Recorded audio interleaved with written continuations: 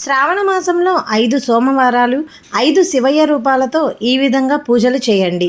హిందువులకు శ్రావణ మాసం ఎంతో ముఖ్యమైంది.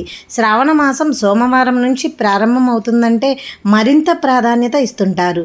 శ్రావణ మొదటి సోమవారం నాడు మీరు బ్రహ్మముహూర్తం తర్వాత కూడా శివుణ్ణి పూజించవచ్చు. ఆ రోజంతా పరమశివుని ఆరాధించడం శ్రేయస్కరం. రాహుకాలం కూడా శివుడిని ఆరాధించడం అశుభం కాదు. మొదటి సోమవారం శివ పూజ.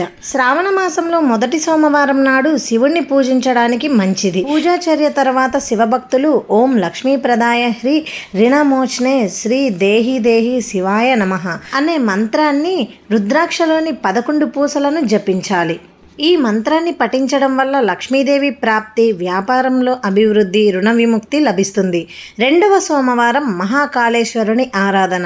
రెండవ సోమవారం నాడు మహాకాళేశ్వర శివుడికి ప్రత్యేక పూజలు చేసే సాంప్రదాయం ఉంది. ఓం మహాశివ వరదాయై హి ఐం కామ్య సిద్ధి రుద్రాయ నమః అనే మంత్రాన్ని రుద్రాక్ష పూసలతో కనీసం 11 సార్లు జపించాలి. మహాకాళేశ్వరుడిని ఆరాధించడం వల్ల కుటుంబ జీవితం సంతోషకరమైనది. కుటుంబ వివాదాల నుండి ఉపశమనం, పితృదోషం, తాంత్రిక దోషాలు తొలగిపోతాయి. మూడవ సోమవారం అర్ధనాదీశ్వరుని ఆరాధన. శ్రావణ మాసంలోని 3వ సోమవారం నాడు అర్ధనాదీశ్వర్ శివుణ్ణి పూజిస్తారు. వారిని ప్రసన్నం చేసుకోవడానికి ఓం మహాదేవాయ సర్వకార్య సిద్ధి దేహి దేహి కామేశ్వరాయ నమః అనే మంత్రాన్ని 11 సార్లు జపించాలి. తంత్రేశ్వర శివుణ్ణి 4వ సోమవారం పూజిస్తారు. 4వ సోమవారం నాడు తంత్రేశ్వర శివుణ్ణి ప్రత్యేకంగా పూజిస్తారు.